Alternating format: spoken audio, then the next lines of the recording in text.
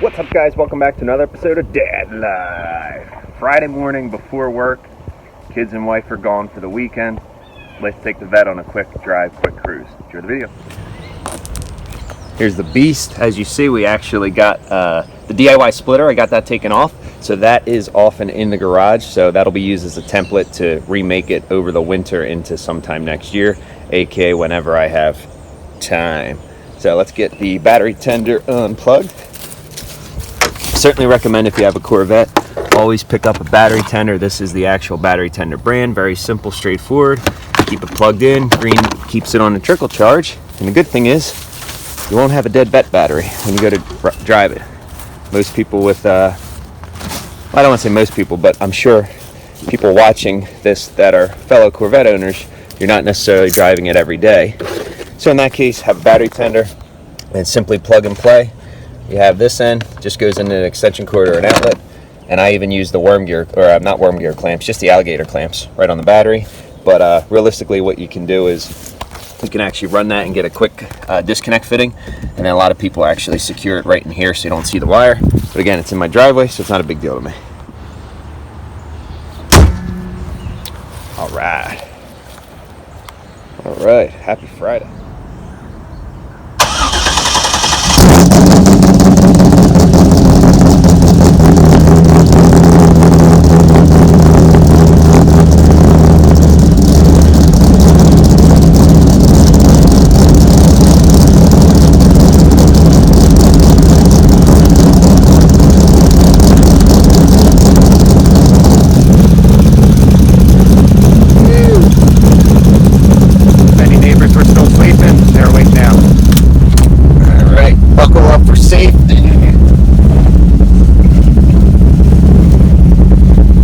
How's everyone's day going? This is great.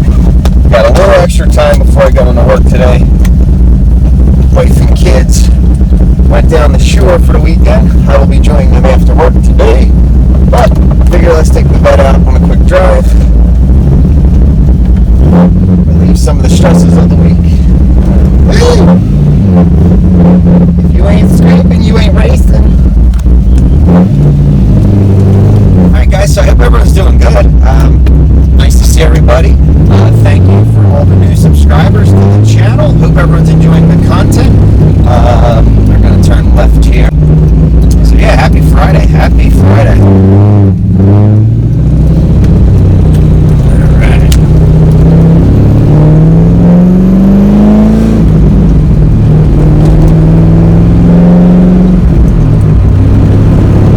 Nothing like rolling through the gears in the Corvette after a long work week. Week's still not over yet, but realistically, it definitely gets the blood pumping in the right direction, kind of gets your mind at ease a little bit. That's the reason why, you get Corvette. Again, it's just, it's a fun experience. It's, the C5 model, again, is an affordable entry into the Corvette, with newer styling. The C5, the C6, they're very similar. C6 is a little more angular, a little more sharp than the C5.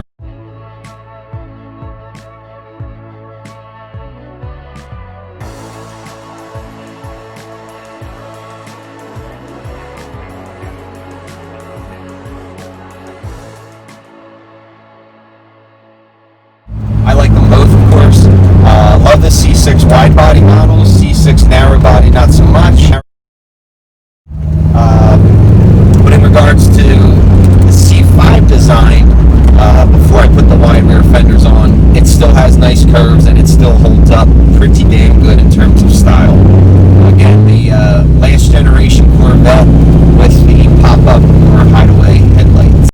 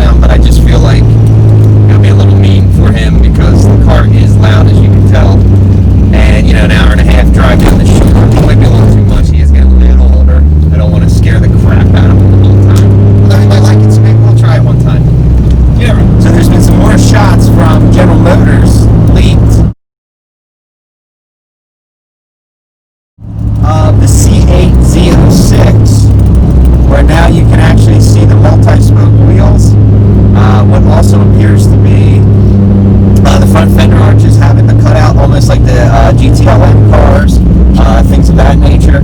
And it looks like definitely a new spoiler on the back, and it could quite possibly be the active aero that GM has patented and been trying to get onto one of their Vettes for the past, at least, Jesus, one model year, at least in the C7 they wanted to do something with that. But at this point, you figure they're either going to throw it on the Z06, or they're just going to go balls to the wall and they're going to throw it onto Zora or the ZR1 variant or the E-Ray, whatever they feel like is the top tier model, which at that point probably would not be the Z06, believe it or not. They're going to probably throw everything at it. But with that will probably also come a very hefty 150K plus price tag, which again, for a Corvette and you know, the new realm of mid-engine, is it considered a supercar at that point? You know, I know a lot of owners are considering it a supercar, so that's fantastic. And so far, just with the base thing, right, a lot of people are saying the price to performance, handling, and even the interior, it's hard to beat that price point of, you know, 59,000, basically 60,000 is the base. You option one out, you know, anywhere in the 60s, and then up to, you know, probably touch about 100 grand.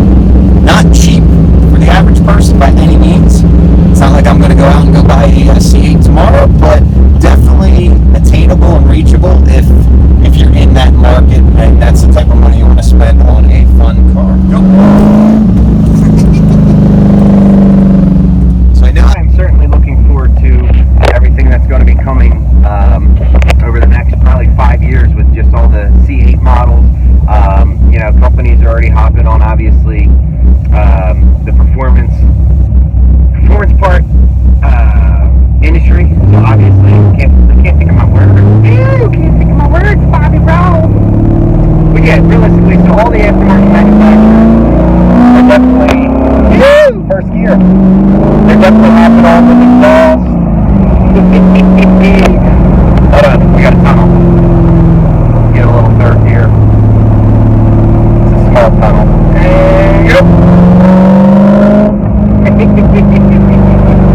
So yeah, realistically, all the aftermarket companies, the Courses, the Fab Speeds, Cooks, they're coming out with headers, full exhaust systems, Sport Cats, Race Cats, Complete Street Performance. Can't shout those guys, Andrew, Eric, and the rest of the crew there. Can't shout those guys out enough for, again, the tune on my C5. If you're in the tri-state Pennsylvania, Delaware, New Jersey area, it is worth the trip to Complete Street Performance in Westchester, Pennsylvania. It is one of my liked channels, so definitely check those guys out. They do great things with, of course, C5, C6, C7 Corvette. Now they are working on the 810 Corvette with Andrew and Eric, both twin turbo C8s. Last I saw, so again, depending on when this video airs, but last I saw, Andrew's Vette went, I think, at 10:38, give or take. And at that point, that should be the record based upon stock clutches, stock drivetrain. He just put a tire on basically on the back, not even the front. I mean, if you watch Andrew's recent upload, the poor guy literally, I mean, you just feel for him, and everyone that's gone to the track has been there when things are just weird and wacky. Like, the poor guy had to literally switch tires out to get the TPMS sensors to relearn. It's ridiculous, but it was very enjoyable. So some of the next things I gotta do too is I definitely want to get a set of tires for this thing, as these tires on here are the run flats. It is like riding on bricks. The tires on here, my lord, they're the Goodyear run flats EMTs. They're great when they're brand new, when they're used, when they're older. It's like riding on bricks, because again, the whole point is they're run flats, so they have to be sturdier, they don't have as much give. Also, you figure we upsize plus one front and rear. Stocker 17, 18, we're at an 18 in the front, 19 in the rear. So again, naturally when you go upsizing wheels, you lose some of the aspect ratios, so some of the softness goes away. And of course, we're on older suspension, 25 years old, so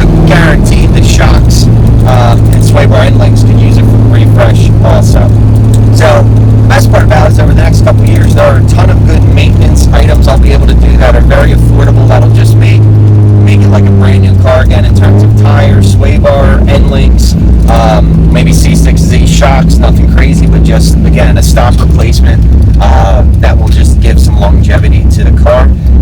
Other than that, you know, like we said, like the last video, complete the wrap on the back half, see where we go with that, try to get it ready for next season in terms of finishing those fenders, the final fit, get the spacers, final stance dialed in the rear, front's fine, the splitter, that'll just be an off and on project over the winter. I'm not going to rush it because I want it to turn out very nice. Other than that, I'm going to get this car home, get the battery tender plugged in, and that will be all she wrote. And of course I filmed an outro in the car, and I thought I hit play and I didn't. So next morning outro. Thank you guys as always for watching Dad Life. If you haven't yet, please subscribe to the channel. And until next time, this is Dad Life.